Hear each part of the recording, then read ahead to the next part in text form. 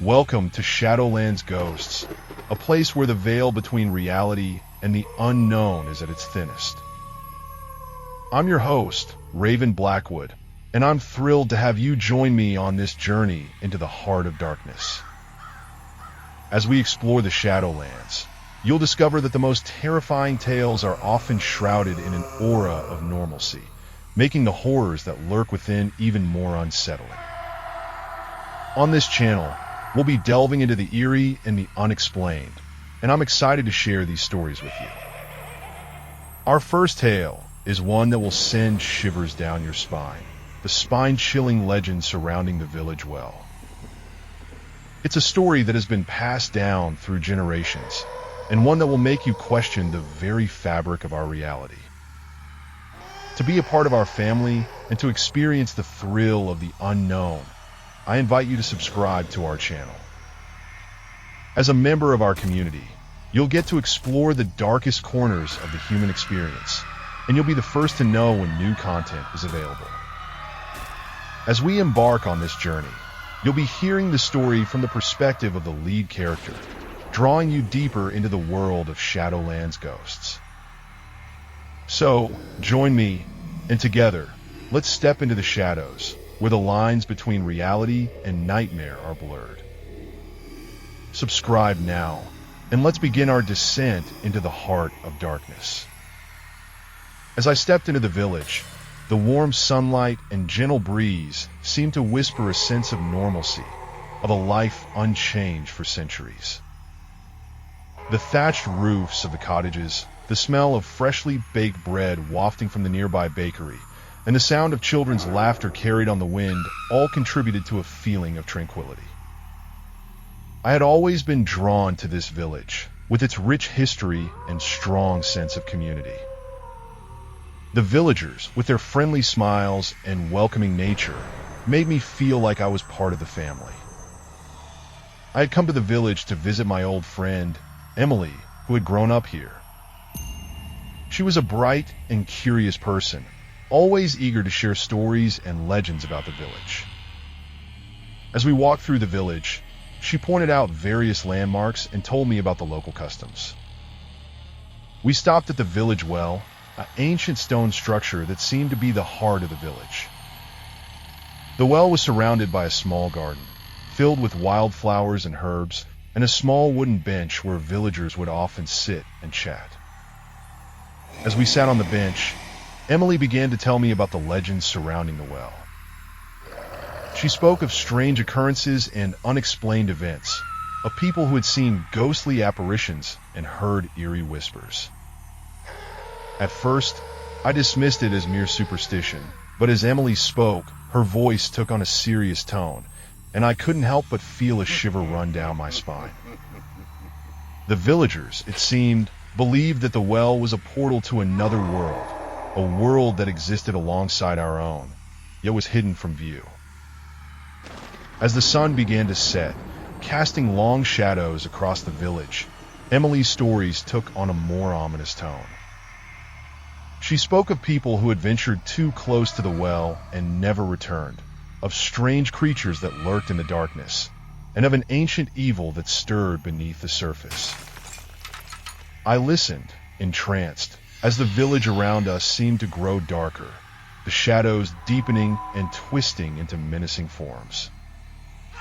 As the stars began to twinkle in the night sky, Emily's words seemed to take on a life of their own, and I couldn't help but feel that we were being watched, that unblinking eyes were trained on us from the darkness.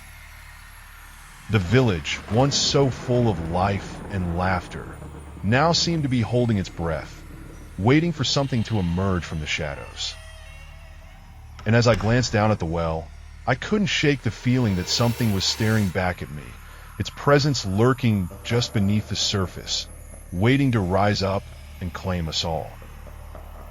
As the night wore on, the air seemed to thicken with an eerie anticipation, and I couldn't help but feel that Emily's stories had awakened something within me.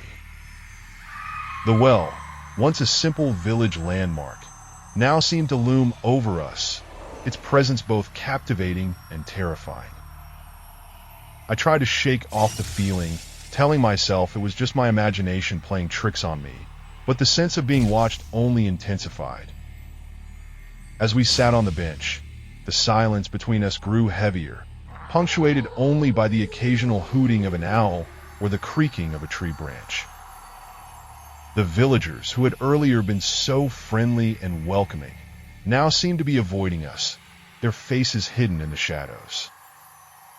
I glanced around, trying to catch a glimpse of someone, anyone, but the streets were empty, the only sound the distant hum of crickets. Emily's voice broke the silence, her words barely above a whisper. "I didn't want to scare you," she said, "but I had to warn you. There's something about this village, something that doesn't feel right." I turned to her, my eyes searching for answers, but her face was shrouded in darkness, her features indistinct. Suddenly, a cold breeze swept through the village, sending the wildflowers and herbs in the garden dancing. The wooden bench creaked beneath us, and I felt a jolt of fear as I realized that the wind seemed to be coming from the well itself. I peered down into the darkness, my heart racing, and that's when I saw it, a faint, flickering light, like a candle flame, dancing in the depths of the well. My breath caught in my throat as I turned to Emily, but she was no longer beside me. I was alone on the bench, the darkness closing in around me like a shroud. I called out her name, but there was no answer. The village was silent. The only sound the distant whisper of the wind and the faint, flickering light in the well, which seemed to be growing brighter, more intense. I tried to stand, to get away from the well, but my legs felt heavy, as if rooted to the spot. The light in the well began to pulse, like a heartbeat, and I felt myself being drawn towards it, inexorably pulled into the darkness. And then, just as suddenly as it had started, everything stopped. The wind died, the light in the well faded, and the village was silent once more. I was left standing alone in the darkness, my heart pounding in my chest, wondering if I had imagined the whole thing. But as I turned to leave, I saw something that made my blood run cold. A piece of paper tucked into the wooden slats of the bench, with a single sentence scrawled on it. "They're waiting for you." The words seemed to leap off the page, echoing in my mind like a dire warning, and I knew that I had to get out of the village to escape the darkness that lurked beneath its idyllic surface. But as I turned to run, I realized that I was lost, the village streets twisting and turning like a maze, and the darkness closing in around me like a living, breathing thing. As I stood there, frozen in terror, the reality of my situation began to dawn on me. The village, once a quaint and charming haven, had transformed into a labyrinth of unspeakable horrors. The well, with its flickering light and pulsing heartbeat, seemed to be the epicenter of the darkness that had taken hold of Emily and was now closing in on me. I thought back to the stories Emily had told me, the whispers of an ancient evil that lurked beneath the village's idyllic surface. I had dismissed them as mere fantasy, but now I realized that they were warnings, warnings that I had ignored at my own peril. The villagers, who had seemed so friendly and welcoming, were now avoiding me, their faces hidden in the shadows. I wondered if they were somehow complicit in the horror that was unfolding, or if they were simply trying to escape it themselves. The piece of paper on the bench, with its ominous message, seemed to be the final nail in the coffin.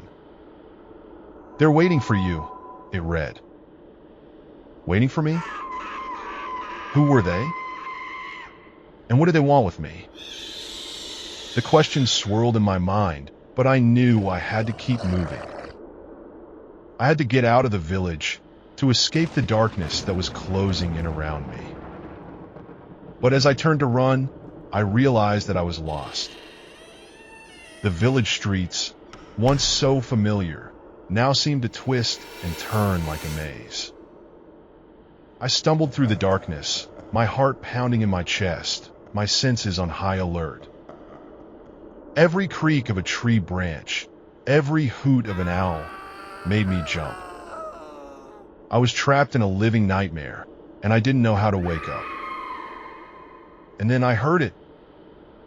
A faint whispering, like the distant hum of crickets, but it was different. It was a voice, a low, raspy voice that seemed to be calling my name. "You shouldn't have come here," it whispered. "You shouldn't have listened to Emily's stories." The voice seemed to be coming from all around me, echoing off the buildings and the trees. I spun around, trying to locate its source, but there was no one in sight. The whispering grew louder, more insistent. "You'll never leave this place," it hissed. "You'll never escape the darkness." I tried to run, but my legs felt heavy, as if rooted to the spot. The voice seemed to be drawing me back, pulling me towards the well, towards the heart of the horror. And then everything went black. When I came to, I was lying on the ground, my head throbbing with pain. The village was silent, the streets empty. I stumbled to my feet, my eyes scanning the horizon for any sign of Emily or the villagers. But I was alone. The well, with its flickering light, seemed to be the only thing that remained, a constant reminder of the horror that lurked beneath the village's idyllic surface. I knew then that I had to get out of the village, to escape the darkness that had taken hold of me. I stumbled through the streets, my heart pounding in my chest, my senses on high alert. I didn't know what lay ahead, but I knew I had to keep moving.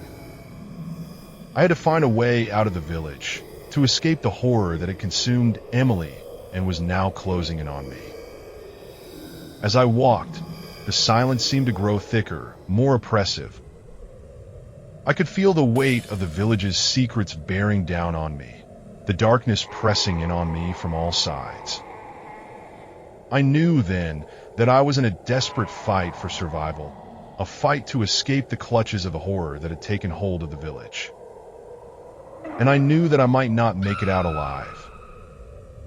As I stood frozen in terror, the darkness seemed to coalesce into a tangible, living entity that surrounded me.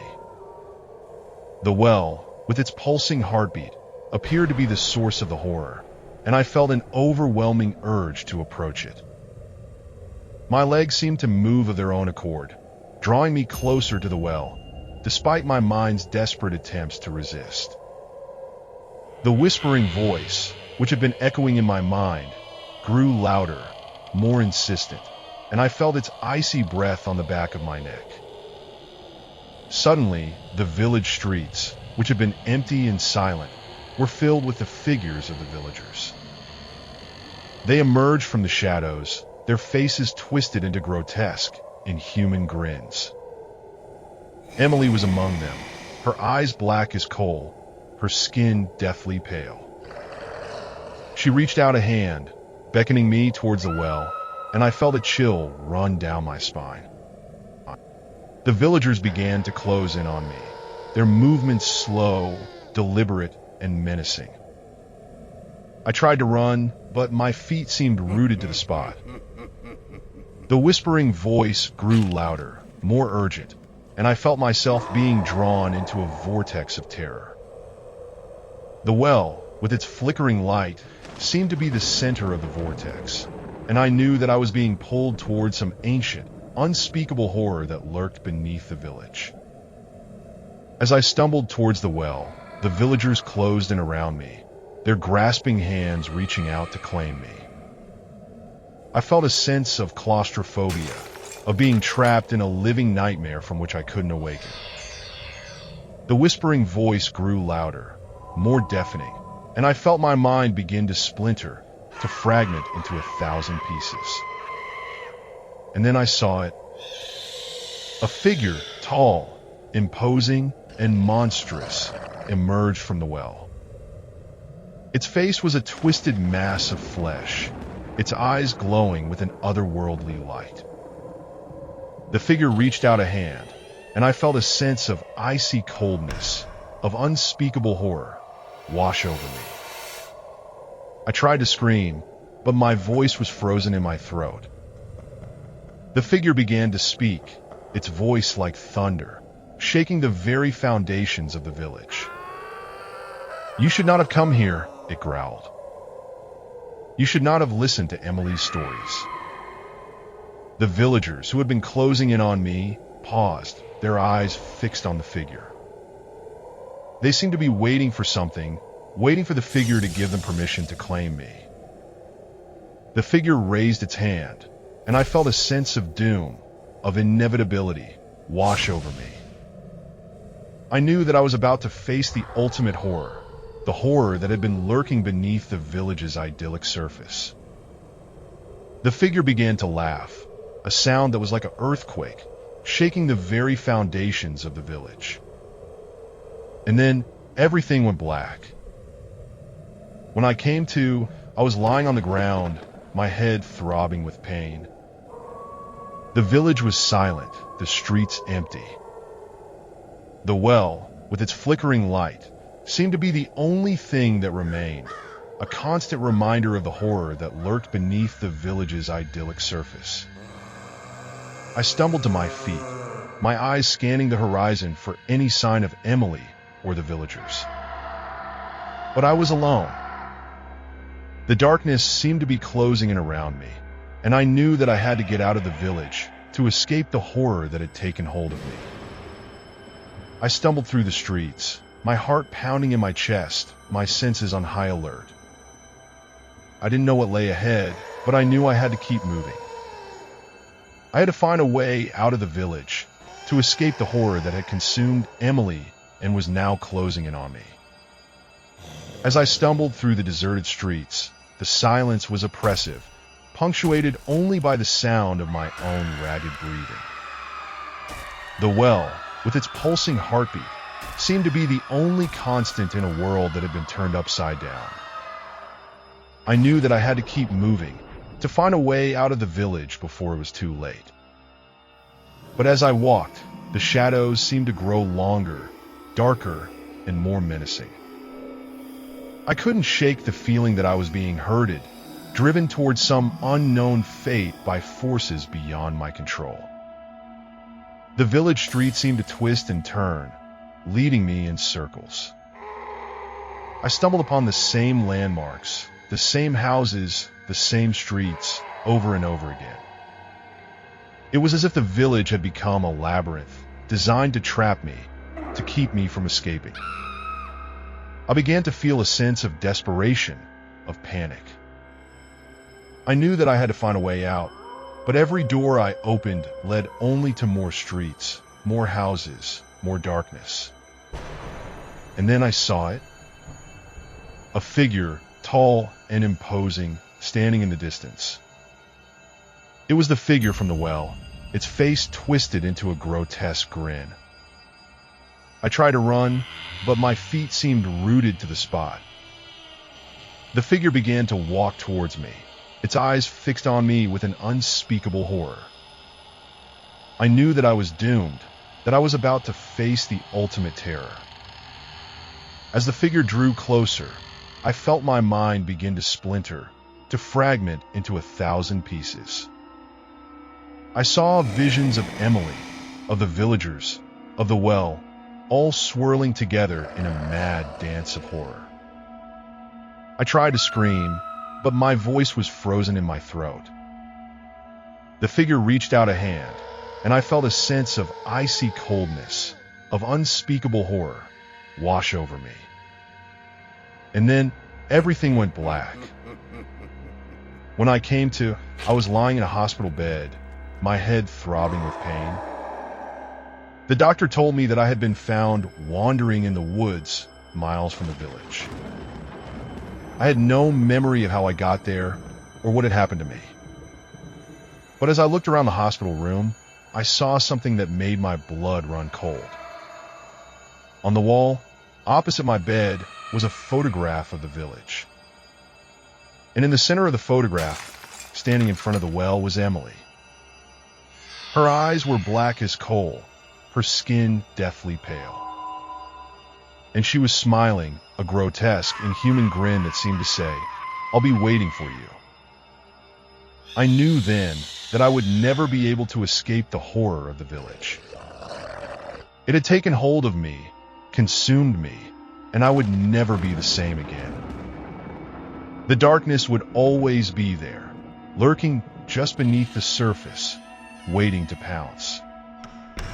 And I knew that I would never be able to shake the feeling that I was being watched, that unblinking eyes were always trained on me, waiting for me to make my next move. As I lay in the hospital bed, I couldn't help but wonder what lay ahead. Would I ever be able to escape the village's grasp, or would I be forever trapped in its web of horror? The uncertainty was suffocating, crushing me beneath its weight. And as I drifted off to sleep, I couldn't shake the feeling that the darkness was closing in around me, waiting to claim me as its own. The last thing I remembered was the sound of whispering, a soft, raspy voice that seemed to be saying, "You'll never escape, you'll never be free." And then everything went black. Epilogue. Years have passed since I left the hospital, but the memories of the village and its horrors still linger in my mind. I've tried to move on, to rebuild my life, but the darkness that consumed me that day has left an indelible mark. I've become a recluse, afraid to venture out into the world, afraid of what might be waiting for me in the shadows. I've tried to convince myself that it was all just a product of my imagination, that the village was just a manifestation of my own fears and anxieties. But deep down, I know that's not true. I know that the village was real, that the horrors I experienced were all too real.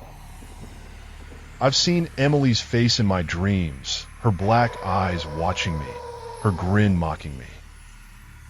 I've heard the sound of whispering in my ear, the soft, raspy voice telling me that I'll never escape, that I'll never be free. I've tried to fill the void with distractions, with work and hobbies and meaningless relationships. But nothing seems to fill the emptiness, the sense of loss and despair that has haunted me since that day. And then, one day, I received a package in the mail. It was a small, unmarked box with no return address. Inside, I found a photograph of the village, the same photograph that had been on the wall in my hospital room all those years ago. But this time there was something different. This time, I was standing in front of the well, my eyes black as coal, my skin deathly pale. And I was smiling, a grotesque, inhuman grin that seemed to say, "I'm waiting for you." I knew then that the village had found me, that it had reached out and claimed me as its own. I knew that I would never be able to escape, that I would be forever trapped in its web of horror. As I looked at the photograph, I felt a sense of dread wash over me. I knew that I was being watched, that unblinking eyes were trained on me, waiting for me to make my next move. And I knew that I would never be able to shake the feeling that the darkness was closing in around me, waiting to claim me as its own. The last thing I remember is the sound of whispering, the soft, raspy voice telling me that I'll never escape, that I'll never be free. And then everything went black. But even in the darkness, I know that I'm not alone. I know that the village is out there, waiting for me, its horrors and terrors lurking just beneath the surface. And I know that one day it will come for me, and I will be consumed by its darkness once and for all. The darkness closes in, and I am no more. But the village remains, waiting for its next victim, waiting to unleash its horrors upon an unsuspecting world. The cycle of terror continues, and I am just another forgotten soul, trapped in the village's web of horror, forever doomed to relive the nightmares that haunt me. The end is not the end, but just the beginning of a new chapter in the village's twisted tale of horror. And I am just a small part of it, a mere pawn in its game of terror and despair. The village will continue to claim its victims, one by one, until it has consumed them all. And when it's done, it will move on, searching for its next prey, its next victim to drag down into the depths of its horror. The village is eternal, its horrors never-ending. And I am just a small part of its twisted legacy, a legacy of terror and despair that will haunt the world for generations to come. As we come to the end of this haunting tale, I want to take a moment to express my heartfelt gratitude to each and every one of you who has joined me on this journey. Your engagement, your comments, and your support have meant the world to me, and I'm so thankful to have such a wonderful community of viewers. As we close this chapter, I want to leave you with a sense of excitement and anticipation for what's to come.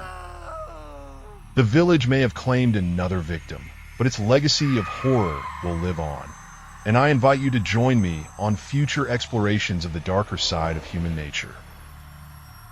If you haven't already, I urge you to subscribe to our channel, where we'll be delving into more terrifying tales, exploring the depths of human psychology, and pushing the boundaries of what's possible in the world of horror. By subscribing, you'll not only be supporting our content, but you'll also be joining a community of like-minded individuals who are passionate about the horror genre. So, if you're ready to embark on a journey of fear, suspense, and excitement, click that subscribe button now and join us on this twisted path. Let's explore the darker side of life together, and may the horrors that we encounter inspire us to create, to imagine, and to push the boundaries of what's possible. As a special thank you to our subscribers, we'll be offering exclusive content, behind-the-scenes insights, and early access to our upcoming videos. So, don't wait. Subscribe now and become a part of our horror community. Once again, thank you for watching, and I look forward to seeing you in the next video. Until then, stay scared, stay suspenseful, and stay subscribed. The village may be eternal, but with your support, we can create a legacy of horror that will haunt the world for generations to come. Subscribe now, and let's keep the terror alive.